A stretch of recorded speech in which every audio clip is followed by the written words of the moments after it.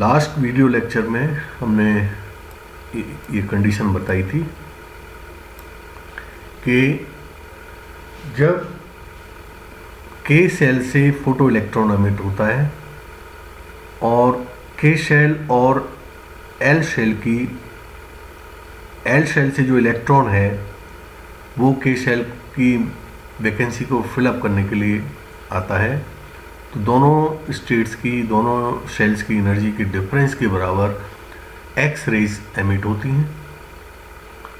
और अगर ये एक्स रेज की एनर्जी एल सेल की बाइंडिंग एनर्जी से ज़्यादा है तो उस कंडीशन में एल सेल से एक ऑगर इलेक्ट्रॉन एमिट होगा और एल सेल से एमिट होने वाले ऑगर इलेक्ट्रॉन की जो काइनेटिक एनर्जी होगी ये एक्सरे की एनर्जी हो गई। इसमें से अगर हम एल सेल की बाइंडिंग एनर्जी को माइनस और कर दें, यानी ई बी के minus twice E B L, इसमें से ये और माइनस कर दें तो वो हो जाएगी kinetic energy of Auger electron. तो therefore the kinetic energy of L shell से निकलने वाले जो ऑगर इलेक्ट्रॉन है उसकी होगी kinetic energy is equal to E B के minus twice E B L, क्योंकि ये एक्सरे की एनर्जी है, एक्सरेज की एनर्जी है और एल सेल की इलेक्ट्रॉन की बाइंडिंग एनर्जी ये है, तो इस एनर्जी में से बाइंडिंग एनर्जी माइनस कर देंगे, रिमेनिंग एनर्जी जो होगी वो इलेक्ट्रॉन, ऑगर इलेक्ट्रॉन की काइनेटिक एनर्जी हो जाएगी। तो ये जो ऑगर इफेक्ट है, वैसे तो फोटो इलेक्ट्रिक इफेक्ट की मैंने कंडीशन बताई थी, कब होगा? लो एनर्जी वाले फोटॉन्स हो और हाई जेड वाले एब्जॉर्बर हो। जो एक चार्ट बनाया था हमने उसमें दिखाया था, ये जो चार्ट है, सॉरी लास्ट लेक्चर में बताया था हमने, तो उसमें लो एनर्जी के इलेक्ट्रॉन्स होने चाहिए, यानी उनकी एनर्जी 0.5 MeV से कम हो, 0.01 से 0.5 MeV तक की ये कंडीशन है एनर्जी की रेंज। और हाई जेड होना चाहिए, उनका जो एब्जॉर्बिंग मटेरियल है उनका जेड ज़्यादा होना चाहिए, तभी फोटो इलेक्ट्रिक इफेक्ट होता है। ये लिखा है एनर्जी एनर्जी बिलो 0.5 MeV, जब गामा रेज की एनर्जी 0.5 MeV से कम होगी और जेड ज़्यादा होगा उस केस में ही फोटो इलेक्ट्रिक इफेक्ट होगा। लेकिन अगर हमने लो जेड का एब्जॉर्बिंग मटेरियल ले लिया है तो उसमें ऑगर इफेक्ट, ऑगर इलेक्ट्रॉन की, ऑगर इफेक्ट की जो प्रोबेबिलिटी बढ़ जाएगी। Therefore the kinetic energy of L auger electron, ये तो काइनेटिक एनर्जी हो गई। For light atoms the auger effect is predominant. High Z होगा यानी हैवी एटम होगा तो ऑगर इफेक्ट की प्रोबेबिलिटी कम हो जाएगी, फोटो इलेक्ट्रिक इफेक्ट तो होगा ही होगा। और लाइट अगर जेड ले लिया हमने एब्जॉर्बिंग मटेरियल का, तो उसमें उस केस में ऑगर इफेक्ट होता है, उसकी प्रोबेबिलिटी बढ़ जाती है। एक्सपेरिमेंटली ये देखा गया कि जो क्रॉस सेक्शन है फोटो इलेक्ट्रिक इफेक्ट का, जो क्रॉस सेक्शन है P sigma P H is proportional to Z to the power 4 Z to the power 5 upon H nu whole to the power 7/2, यानी जेड की वैल्यू जितनी ज़्यादा होगी photo electric effect, Z means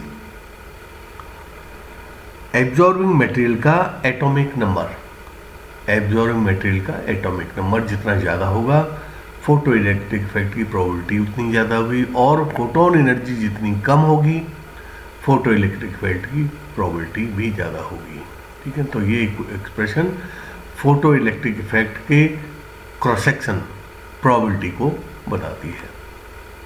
Therefore, equation 2 shows that photoelectric effect is predominant in heavy metals. Z ऊपर आ रहा है तो जितना ज़्यादा जेड की वैल्यू होगी मेटल्स हैवी होते चले जाएंगे, जेड की वैल्यू ज़्यादा होती जाएगी और प्रोबेबिलिटी ऑफ फोटो इलेक्ट्रॉन्स बढ़ती चली जाएगी। तो heavy metals like lead than the light ones, हल्के एटम में प्रोबेबिलिटी कम होगी फोटो इलेक्ट्रिक इफेक्ट की, लेकिन अगर उनमें फोटो इलेक्ट्रिक इफेक्ट होता है तो ऑगर इफेक्ट की प्रोबेबिलिटी बढ़ जाएगी लाइट एटम्स में। The dependence on energy shows that effect is much greater at small photon energy. जितनी फोटोन की एनर्जी कम होगी, फोटो इलेक्ट्रिक इफेक्ट की प्रोबेबिलिटी उतनी ही ज़्यादा हो जाएगी। अब जैसे ही फोटो इंसिडेंट गामा रेज के जो फोटॉन्स हैं उनकी एनर्जी 0.5 MeV से 1 MeV की रेंज में आती है, तो दूसरा प्रोसेस है कॉम्पटन इफेक्ट। तो कॉम्पटन इफेक्ट की प्रोबेबिलिटी बढ़ जाती है। तो हम अब डिस्कस करेंगे कॉम्पटन इफेक्ट। तो कॉम्पटन इफेक्ट में क्या होता है कि जैसे ही incident photon in the energy range 0.5 MeV to 1 MeV किसी इलेक्ट्रॉन से इंटरेक्शन करते हैं, लूजली बाउंड इलेक्ट्रॉन, तो ये फोटोन एब्जॉर्ब हो जाता है और उसके बाद एक नया फोटोन एमिट होता है जिसकी एनर्जी इंसिडेंट फोटोन से कम होगी, फ्रीक्वेंसी भी कम होगी, लेकिन वेवलेंथ ज़्यादा होगी। जो स्कैटर्ड फोटोन है उसकी वेवलेंथ ज़्यादा होगी और जो डिफरेंस ऑफ एनर्जी है उस एनर्जी का इलेक्ट्रॉन रिकॉइल होता है। वो एनर्जी इलेक्ट्रॉन उतनी काइनेटिक एनर्जी लेके एटम से रिकॉइल हो जाता है। तो it is a process in which an incident photon interacts with A free electron. अब यहाँ फ्री इलेक्ट्रॉन इसलिए कहा है कि इलेक्ट्रॉन की एटम में जो बाइंडिंग एनर्जी है वो बहुत इलेक्ट्रॉन वोल्ट के ऑर्डर की होती है और ये फोटोन एनर्जी है वो MeV रेंज में है फोटोन की एनर्जी। तो MeV रेंज की एनर्जी के कंपैरिजन में जो इलेक्ट्रॉन वोल्ट एनर्जी है वो बहुत कम है, तो ऑलमोस्ट फ्री इलेक्ट्रॉन उसको हम ट्रीट कर सकते हैं। एटम में जो इलेक्ट्रॉन्स हैं उनको हम ऑलमोस्ट फ्री इलेक्ट्रॉन ट्रीट कर सकते हैं, तो इसलिए यहाँ पर free electron and a scattered photon is emitted with less energy.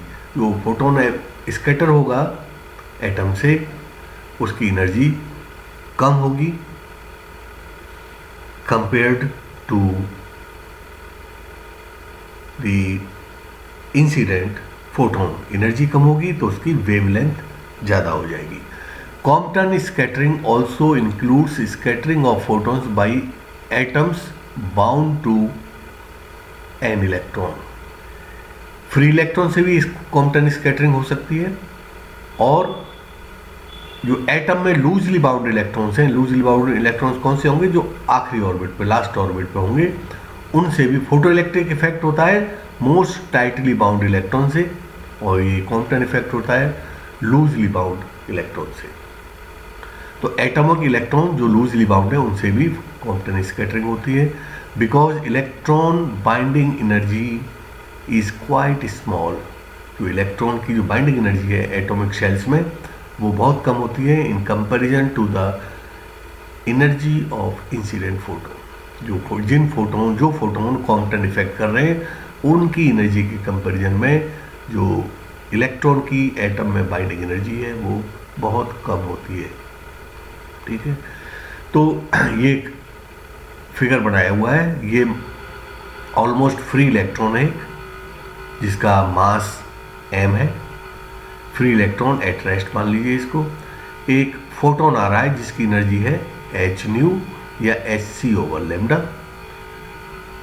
जैसे फोटोन इससे इंटरेक्शन करता है ये फोटोन यहाँ एब्जॉर्ब होगा और उसके पश्चात एक नया फोटोन स्कैटर होगा एट एन एंगल थीटा जिसकी energy h nu dash is less compare to h nu, और या इसको हम hc/λ डैश कहते हैं।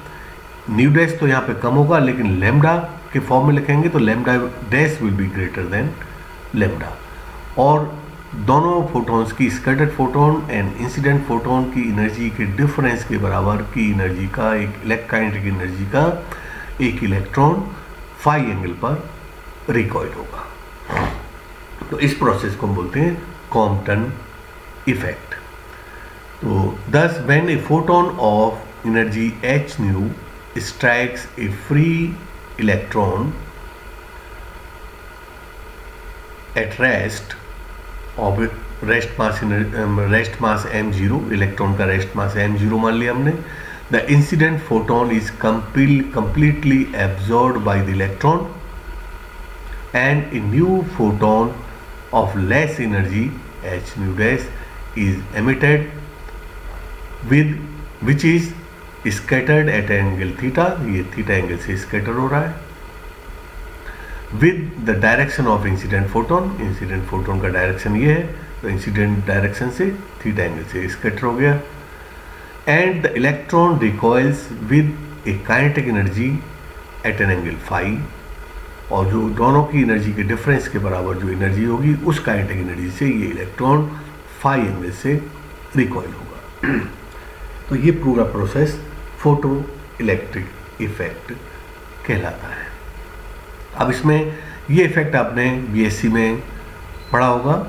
तो इसमें एनर्जी कंजर्वेशन और लीनियर मोमेंटम कंजर्वेशन के लॉज लगाकर हम कॉम्पटन शिफ्ट यानी जो वेवलेंथ में जो डिफरेंस आ रहा है lambda dash minus lambda, lambda dash ज़्यादा होगा लैम्डा कम होगा, तो कितना चेंज हुआ वेवलेंथ में वो उसको बोलते हैं कॉम्पटन शिफ्ट. तो कॉम्पटन शिफ्ट हम निकालते हैं. तो उसका जो फॉर्मूला हम यहाँ डायरेक्टली यूज़ करेंगे, उसका डेरिवेशन नहीं लेंगे क्योंकि ये डेरिवेशन बीएससी में दिया हुआ, बीएससी की बुक्स में वहाँ आप देख सकते हैं. तो applying the laws of conservation of momentum and energy in the direction both parallel and perpendicular to the incident photon.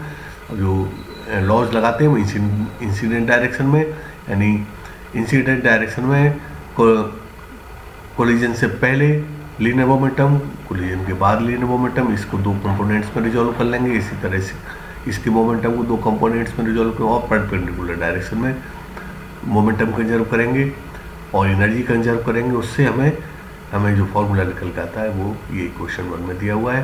तो applying the laws of conservation of energy momentum and energy in the direction both parallel and perpendicular to the incident photon, the change in wavelength of the scattered photon is given by the relation. जो wavelength में जो change आएगा यानी wavelength में जो increase होगा photon की wave eight scattering angle theta is given by lambda dash minus lambda is equal to h upon m0 c into 1 minus cos theta. बहुत ही इम्पॉर्टेंट रिलेशन है ये. इस रिलेशन पर काफ़ी क्वेश्चंस भी आते हैं और ये बीएससी बुक में देख लेना कैसे ड्राइव किया हुआ है. ये बहुत इजी है, कोई डिफिकल्टी नहीं है. वेयर डेल्टा लैम्डा दोनों का जो डिफरेंस है वेवलेंथ का उसको हम डेल्टा लैम्डा से डिनोट किया है. Is called the Compton shift in wavelength. इसको बोलते हैं हम कॉम्पटन शिफ्ट इन वेवलेंथ. ठीक है. It is clear from equation 1 that delta lambda is independent of lambda. यहाँ पर राइट हैंड साइड में कहीं भी लैम्डा नहीं आ रहा है. इसका मतलब ये जो कॉम्पटन शिफ्ट इन वेवलेंथ है does not depend on the wavelength of incident photon. Incident photon की वेवलेंथ का यहाँ कहीं भी जिक्र नहीं है. इसका मतलब Compton shift in wavelength is independent of the wavelength of incident photon lambda. And the nature of scatterer, यहाँ कहीं जेड भी नहीं आ रहा है. जेड मीन्स एब्जॉर्बर का एटॉमिक नंबर, तो एब्जॉर्बर पर भी डिपेंड नहीं करेगा. ये कोई भी एब्जॉर्बर हो. एंगल ये केवल एंगल पर डिपेंड करे, कितने एंगल से. ये सभी चीज़ें कॉन्स्टेंट्स हैं. Planck's constant, rest mass of electron, velocity of light, ये सभी कांस्टेंट हैं.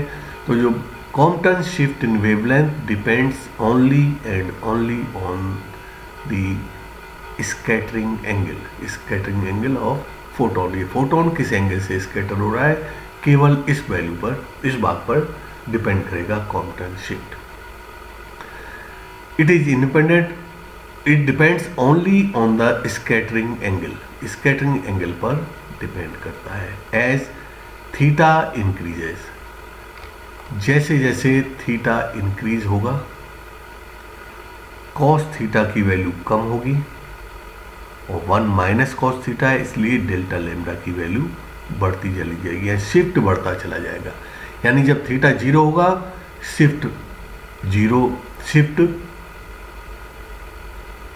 मिनिमम होगा, और जब मैक्सिमम शिफ्ट कब होगा, जब थीटा 180 डिग्री, यानी जो स्कैटर्ड फोटोन है वो 180 डिग्री से स्कैटर होगा। In that case shift will be maximum. और जब थीटा 0 होगा, यानी फोटोन इंसिडेंट फोटोन सीधा निकल जाए, सीधा निकल गया, उसकी स्कैटरिंग हुई नहीं, तो यानी जो इंसिडेंट वेवलेंथ होगी वही स्कैटर्ड वेवलेंथ होगी, स्कैटरिंग हो नहीं रही है, तो lambda dash will be equal to lambda, यानी डेल्टा लैम्डा 0 हो जाएगा।